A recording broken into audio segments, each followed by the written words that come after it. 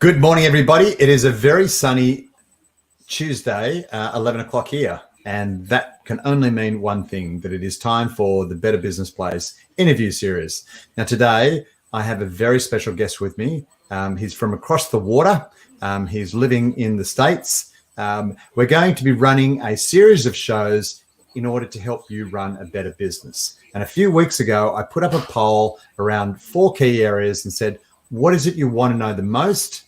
I've just had a bit of a chat with today's expert, Wade, and we're working out ways that we can add value to you and help you around that particular challenge. So if you're watching the live, please make sure you click on the link that allows your profile to come through. If you've got any questions, feel free to type them in as we're going along, and we'll do our best to come back to those questions at the end of the interview. So I want to welcome, a very kind welcome to Wade Nelson. Good morning. Good morning, Glenn. Nice to be with you. Thanks, mate. It depends on where in the world are you?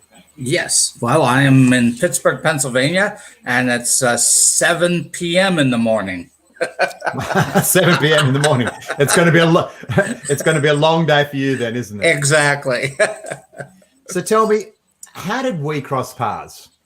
Well, we happen to be in a networking group called BNI, and BNI had an international event, and we happened to bump into each other in the international event, and hit it off.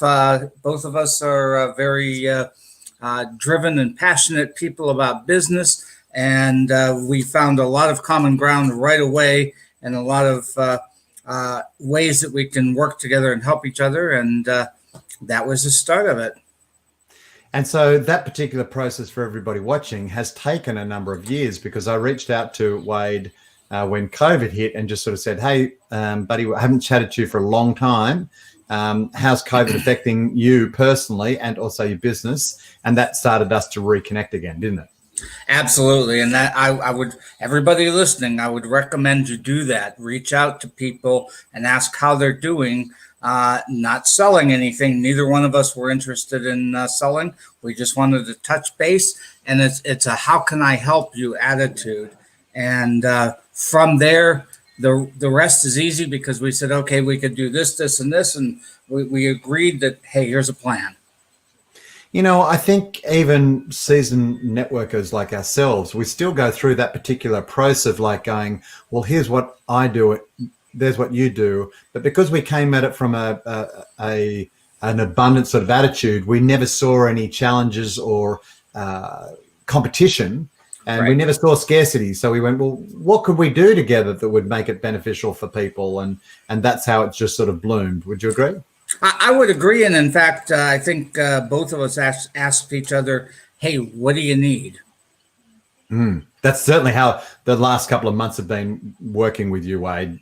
You've just always seemed to be right on point and add value, and give me some real insightful things that I could action with a client or put in place with a client that got them results. And so I just sort of said, hey, you know, we should take this further, and why don't you come and be a guest in the show? And it's going to turn into like a series. So yes. I really, really appreciate that. So for the people who don't know you, just tell us a little bit about yourself and the types of people that you really, really serve and how you help them. Sure, absolutely. My company is Core Money Engine. Wade Nelson is the name, as you can see there. The Core Money Engine is really, I came about the name because I looked at how people make money. And I don't know, you mentioned, I think one time about the book, The E-Myth. Mm-hmm. And The E-Myth is a great book. And I read that book and I said, doggone it, I should have written that, because it's the way I've done business for years. And so I said, okay, I'm going to adopt this model. And I started through the process, and I got to about step 3, and it was taking forever to get there. So I said, what's wrong? This is important. I should do it. I should do it for my business. I should do it so I can teach others the process. It just makes too much sense. Then it hit me. Not every step that I was looking to fill in my business was as important as others. So I said, what is important? Those steps that bring in the money. So I said, well, there's probably 3 or 4 core steps that bring in the money, core money engine. So that's where core money engine came from. And I started breaking that down into its essence and helping clients to really business is hard, no doubt, given the environment, but it doesn't have to be, it can be simple. Okay. It doesn't have to be complex. So, and it can be taught. And it can be taught. Absolutely. So breaking those steps down into its core money engine and then defining those steps, making them simple, helps us to have a bunch of early wins. We stack those up, and pretty soon we're on that success path. And I started working that in my business, probably 2005. And who I help are my prime target. The guys I really enjoy are like you and me.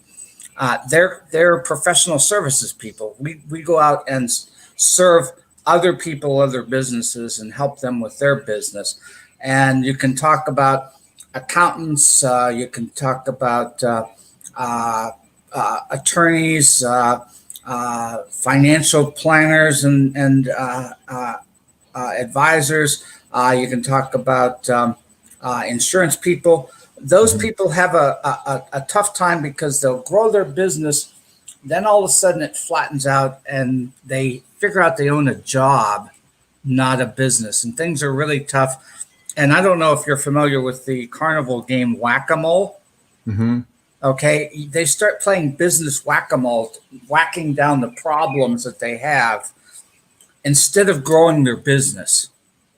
So those Correct. are the people I really enjoy helping because I can blow through that paper ceiling with them and get them on that path going up to fast success again, just like they had early on in their career. Yeah, I can totally relate to that. I mean, plenty of people tell you that they're busy. My next question is, but are you profitable, or are you doing the things that count? Because Absolutely. I have no problems filling in 24 hours in the day. You know, I wish that I just had millions and millions of dollars that I could just do that all the time. Right. The challenge is actually focusing on the things that actually, as you say, core money. That's right. That's right. So that was the start of my business and my career and really my passion. I love helping people. I like to see them gain success and really, first of all, I help them I give them permission to dream again. Yeah. They started in business with a dream and they've lost it. I give them permission again and then watch them to attain that dream. It's just a great feeling. It is good. I mean, I'm really clear to make sure that I'm focusing on the activities that actually do that for them in their business. That's and it. Try and be the blinkers for them and get them to stay focused on that activity, because a lot of the things that come in, the negative outside influences, just seem to sidetrack people. Today's topic, when we put out the poll, let me just read this out. We actually I might bring it up on the screen. Sure. For everybody watching, feel free to comment whether or not these were you. But we actually had 4 points here. This was the question that I asked everyone. I said, hey, I'm doing a quick poll to find out what was the most important topic. If you don't see anything, feel free to add it in the post below. But what is your biggest challenge in business right now? I'm looking to do a series of shows. They were questions like new clients, attracting and converting, which Wade and myself have both said they could kind of be 2 different shows, but systems and procedures so that everybody in your company knows what to do and how does it serve others. And maybe it's a time thing that people have to work with another department. They have to get their stuff done so that the next department can get their stuff done and you get an end result. Attracting staff and keeping good staff or maintaining good staff is another issue. And cash flow, making sure that you've got enough cash in the bank to actually sustain growth. So today's winner is the new clients and attracting and converting. And when we started looking at all the people that contributed to this part, I'd like to thank Wendy, Sharon, Karim, and Rataya for participating in the survey. I feel that there are a lot of other people that actually go through the same sort of challenge. But today we want to talk about how do you attract new prospects or new people to talk to. So I'd be interested to hear, your side of the things, Wade. How do you think we should break this down? For attracting new clients, the very first thing we have to do is it's funny that you led this off. We started talking about focus, and you put those blinders on.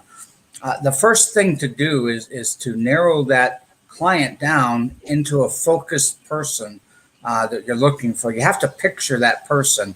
So kind of think of them as a persona or an avatar, if you will.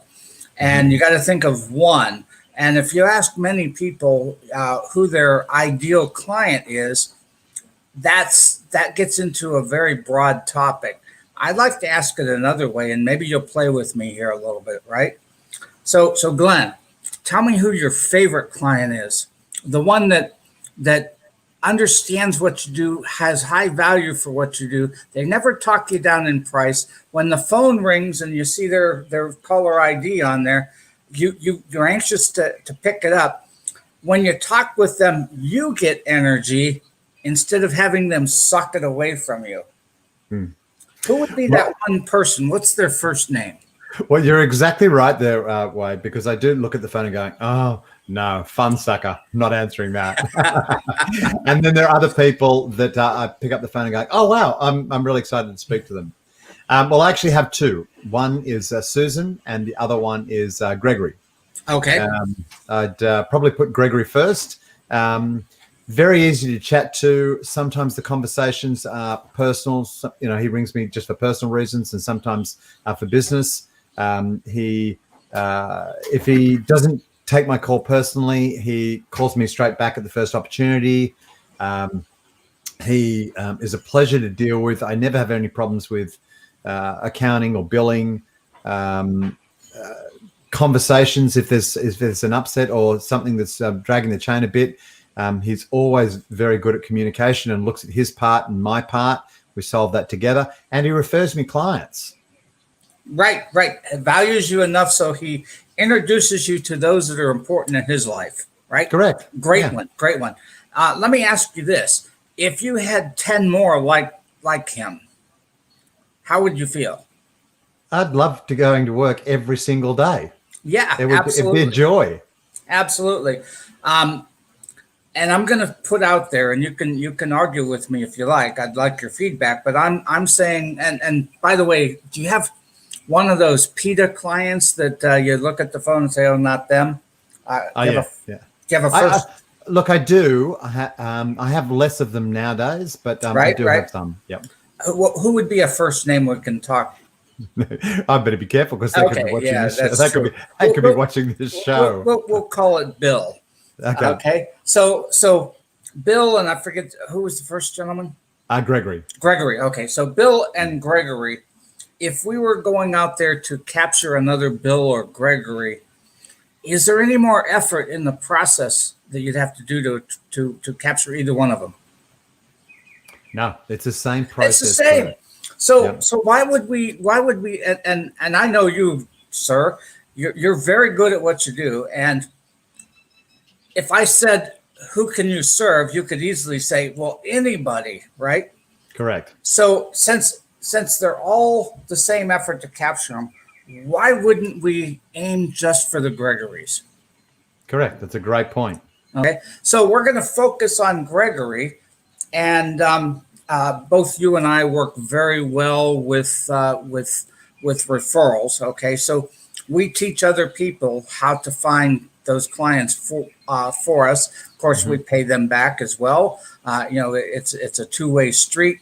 We supply them with who they want, but we're going to describe them in such a way that it's easy to recognize them. And we're going to aim at that. We're going to keep it in front of us, going to write down all of the attributes and make it really simple for who we're aiming for. Mm-hmm.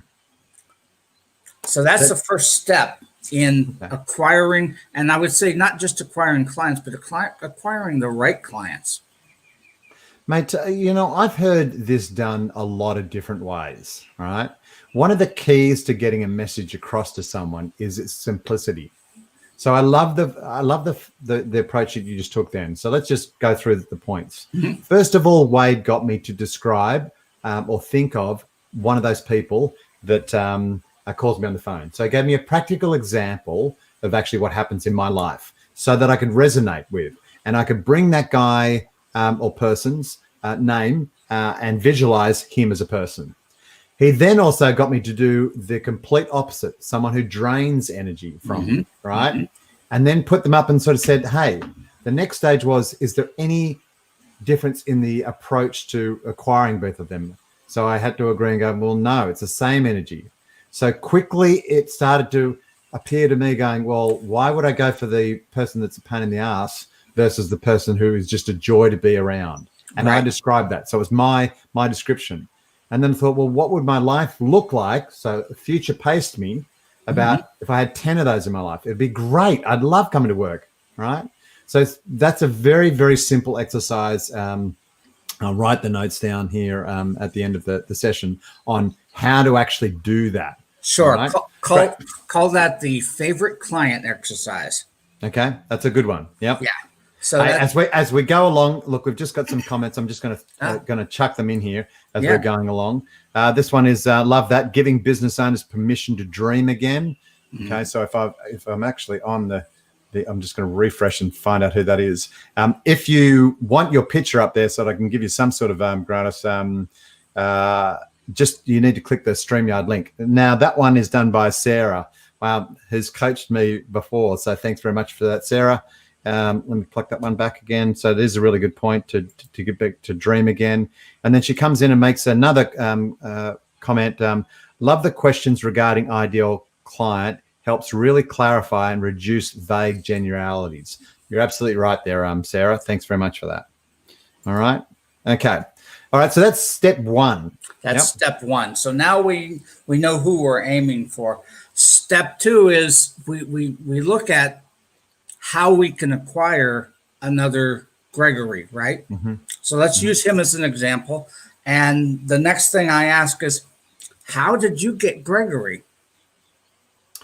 That's a good one. Gregory's probably been in my list, and I've known of him for, I'd say, 6 to 10 years. He's been in my CRM system. But again, when COVID hit, I was just reaching out to people, just having conversations with him. So I probably hadn't had too many intense conversations with him, but I'd always just seen him as being someone who was always out there. People spoke highly of him, and I basically just rang him up just to have a chit chat and see if we were a good fit. That's how it would have started. Sure. So something like he was there, you were checking on him to see if everything's all right, and you probably knew you said something like, hey, how can I help you? What do you need?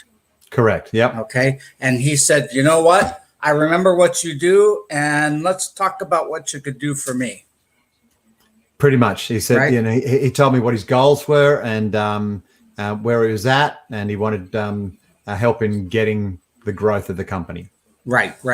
So your gold mine are the people you already know. So the first thing in acquiring another Gregory is go through your list of prospects, those that you know very well, and maybe it wasn't the right time back then, but again, go out and see how they are. And it doesn't matter if there's a pandemic or not.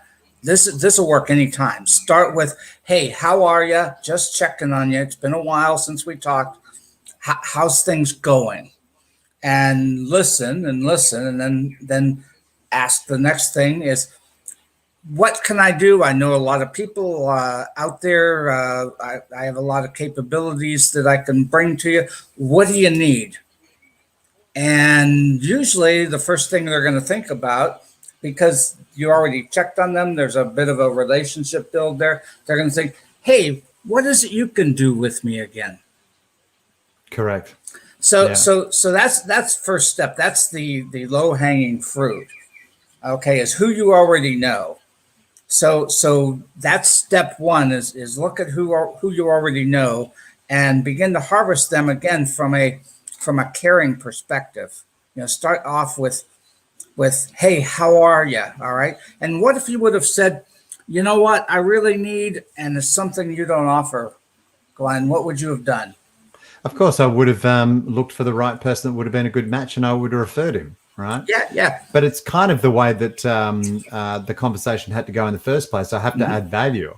Correct. I have to be thinking about what Gregory's needs are, not my own. Right. And if I'm a good fit, then sure, I'll pipe up and sort of say, when he says, "How can you help me again?" I'm like, "Well, I can do this and this and this." Right. But if I'm going to make phone calls to see what I can get out of the situation, you and I both know, and if you don't, if it's the first time in the show, then you'll know that it is so transparent. It is. It comes across that way. You can feel it. I mean, Yeah, think about the last time you got a call where somebody was trying to sell themselves or their product. 10 seconds in, you knew what they were all about. That's that first client you were just telling me about. Yeah. They're all they only ring when they want something. Mm-hmm. They never ring to give something. Right. Let's go back in time with Gregory. There was something that you did someplace along the way before you had this, he was a long time in your CRM. How did you meet him?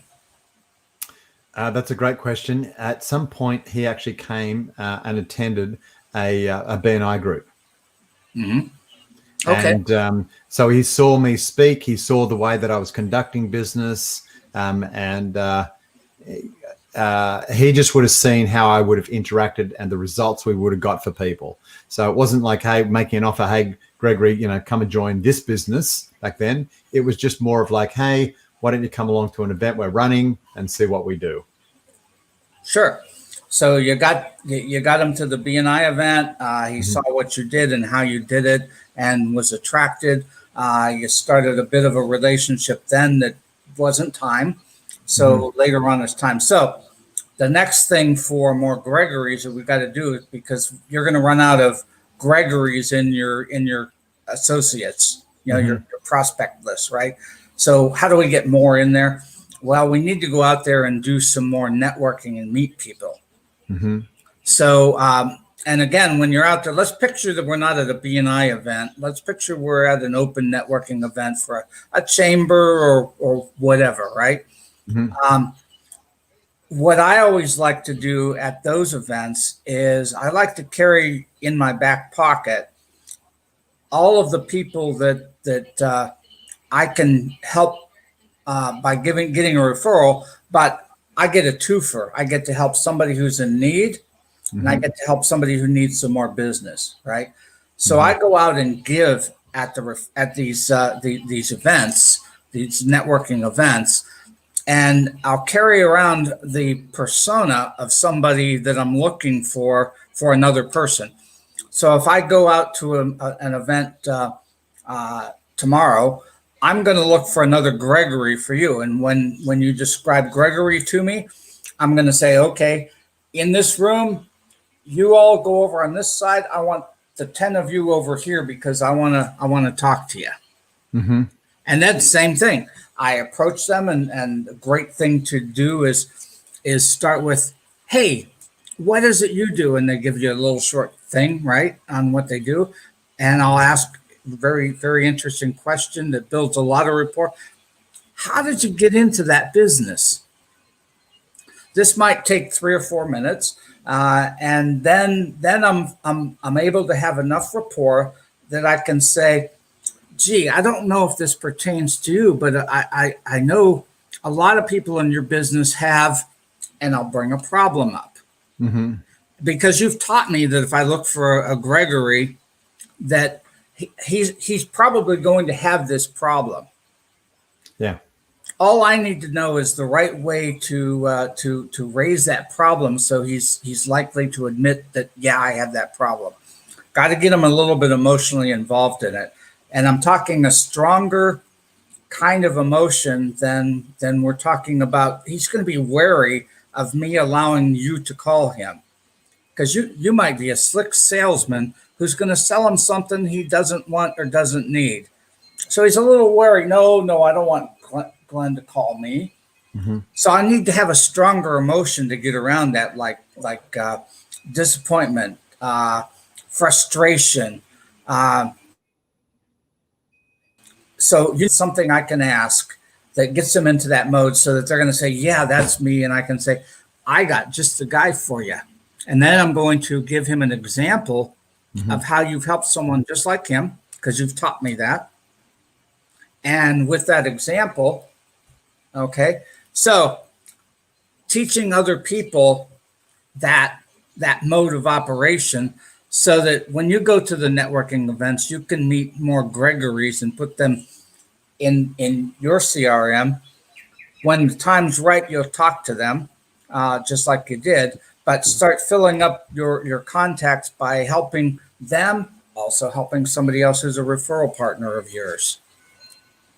That's a great way to do it, because quickly I learned that, if you're talking to me, that you're not looking for something for yourself, which is the normal dialogue between people. This is what I want. What do you want? Right. Where you're actually out there looking for someone else. Right. Right. I have an example of that. Yesterday, I did a one-to-one with a young girl, Tess. She's a physio, qualified at university at master's level. Building a new business. She's working a job 9 to 5. She looks after 300 staff for Allied Health. Ooh. And she's now started up a separate sideline business where she's a physio for people with rheumatoid or osteoarthritis. Okay. Right. And I did a one-to-one, learned these things. And then yesterday, you can see this in the Glenn Kirkwood profile, Facebook profile, where I've promoted a particular video around that particular topic that she has. It's already got about 6,000 views, so I know it's it's really professionally done. I was okay putting my name behind it. I tagged her in and a couple of other people into the post so I can get some traction, looking for contacts for her. But I also know the value that adds to her and the way that she now will, after she's seen that post, think of me.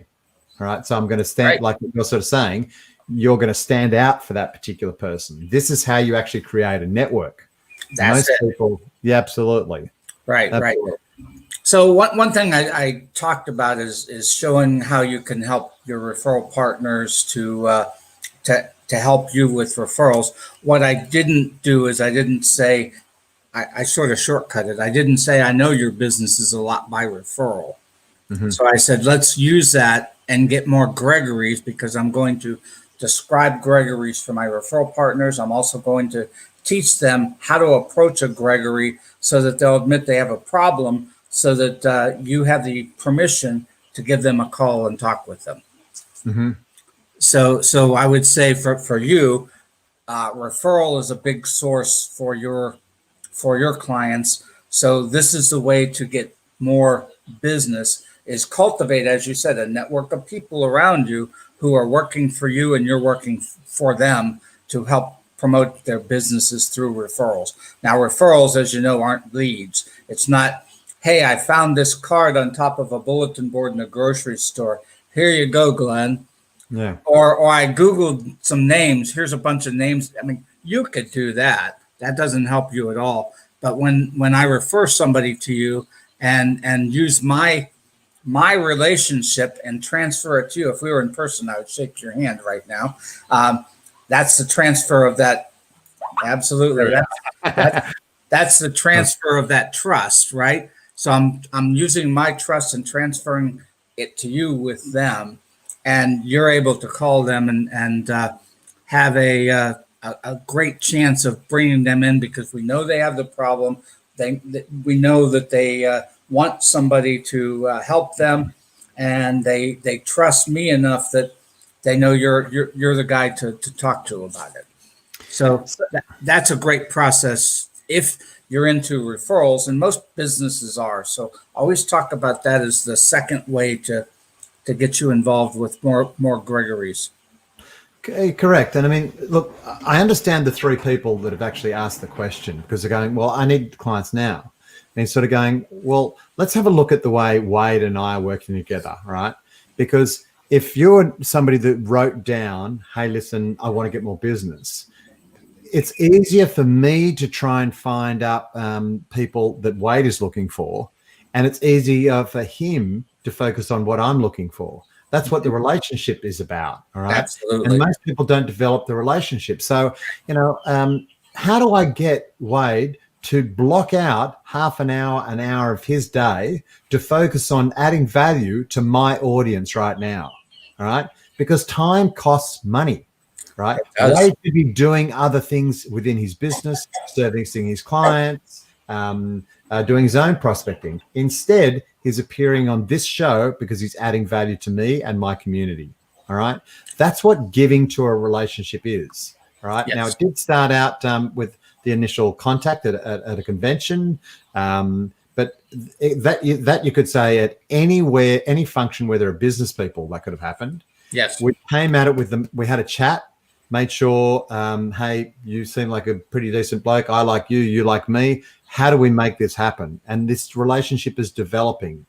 It grows stronger and stronger because when you give more, people want to hang out with you more. They want to be a part of your network. And that's exactly what Wade and I are going through the process of doing now. So if you want to see a real example of it, this is it in action. This is it.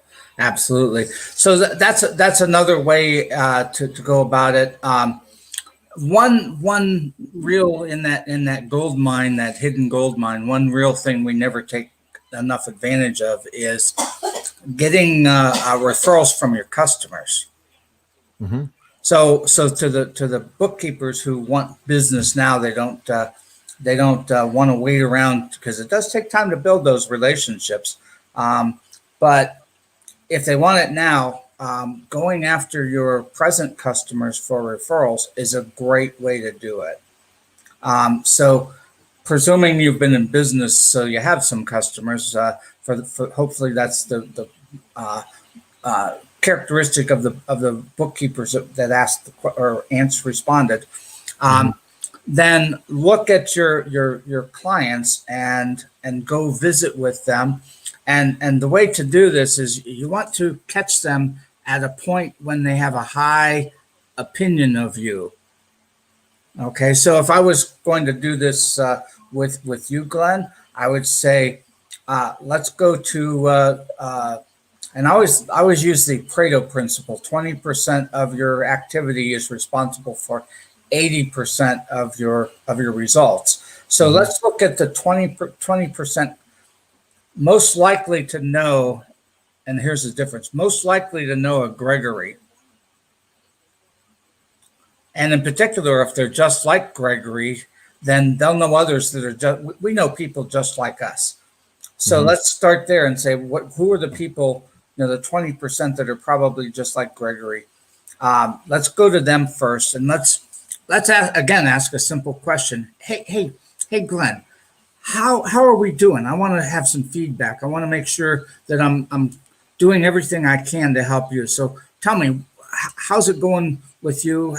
How do you feel about my services to you? And if I know you well enough, you're going to say, oh man, I'm over the moon. This is really good. So I'm putting you up and remembering all the good things that I'm bringing to you and how happy you are with those. Then I'm going to ask, and it's permission based. So I'm going to ask, Glenn, could I ask you a question? Sure. My business is 95% by referral.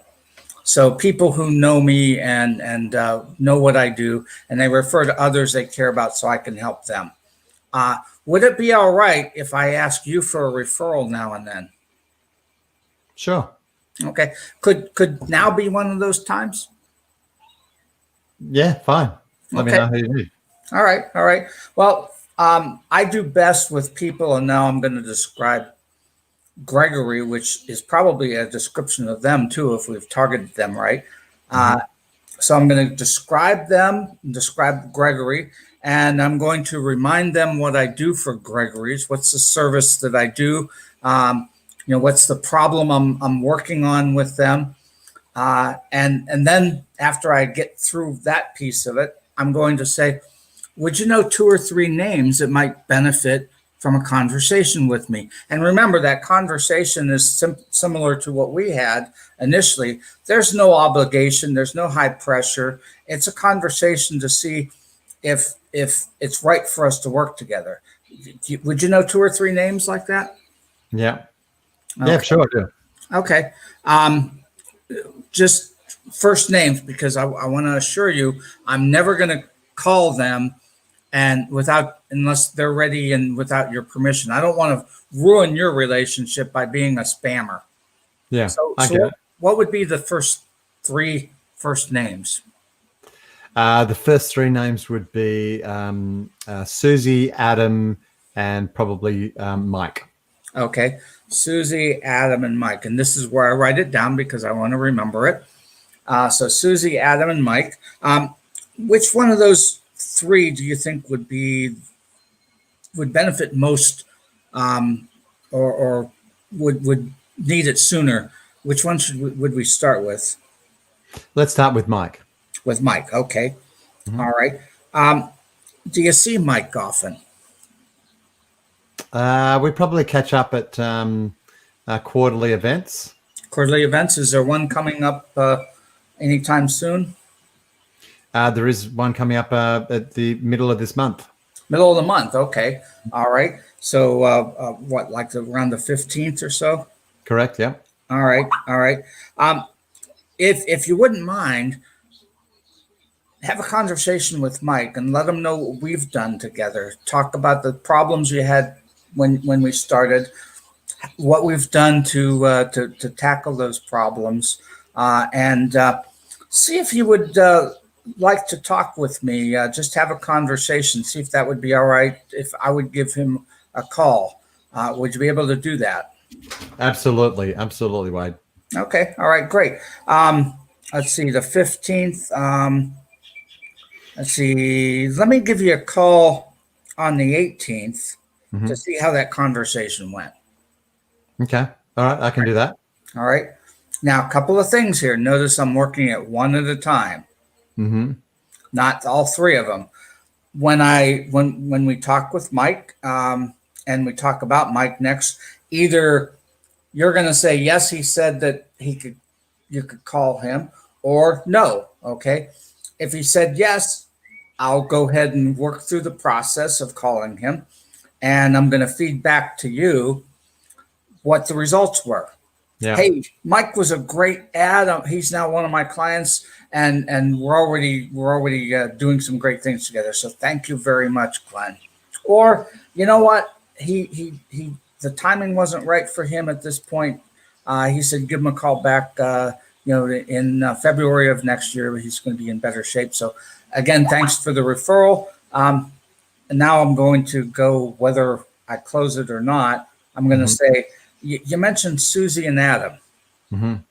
So we'll do the same thing for the next one and the next one. Okay. Then I'm gonna park those. I'll work through those, but I'm not going to bother you again until maybe next year at this time. Yeah. But if you could still get 2 to 3 prospects from every client, that's pretty good. Yeah, a little story. I was working with an attorney, not an attorney, an insurance guy, life insurance, and we're going through his top clients, and he said, "Oh yeah, lawyers are great for me." It's really because lawyers are used to passing referrals back and forth. They do that for a living. So referrals from lawyers are just like water falling off a duck's back. Yeah. So I said, how many lawyers do you have? I have 9. I said, great. We're going to go in with those lawyers and go through this process. And this was a life insurance guy who was idling. He had $30,000 total commission for the year. Wow. His wife was a teacher, so they were making it. They had 2 kids, but his dream was, hey, if I could get above the magic 6 figures, my wife can stop working, work with the kids. Life's a lot better. And I said, great. So $30,000, keep that in mind. We worked these 9 lawyers in 9 weeks, and he developed $27,000 in 9 weeks. Yeah. The only ones he didn't get referrals from said, hey, Glenn, I'm glad you stopped in because I was going to call you. I want more insurance. Correct. So it's kind of like, darn, instead of a referral, I got more business. That wasn't what I was after. What I really liked about that process was that it's always just focusing on one. and it was permission based. You know, I don't think I've seen a gentler way of actually asking clients for. Actually, you know what? I don't think I've actually heard anyone do how they ask their clients for referrals, let alone take them through the whole process on this one. Thank you for being so generous with the actual process. So for anybody looking, to answer those particular questions, you've now got a way to look through clients by referral through your existing clients, and you also know how to build up referral partners, and you also know how to identify what you call who's an ideal client, right? By thinking about who you're already dealing with. Mate, is there anything else you want to say before we wrap it up on the show? No, I think that's a great place to close right now. Anybody who has any further questions for me, I'd like to have a conversation with them. Let's set up a Zoom call or get together some way. I'd be glad to give you a little bit of customized help. Always like to do that. Yeah, well, you can see how easy it is to just deal with anyone around the world. And you can see now that whilst it might be 11:50 here in Australia, Sydney, Australia, that Wade is still open to meeting you at your particular time. So I'll pop his details in the links and chats below. Thank you very much for coming along, Wade. We will see you, I guess, in a couple of weeks. I think we've got you doing it again. Yeah, and we'll tackle another issue, mate. Thank you so much for being on today's show as my guest. It is Glenn Kirkwood signing off, remembering to make connections, build connections, and share connections. I'll see you next Tuesday. Bye for now. See you, everybody.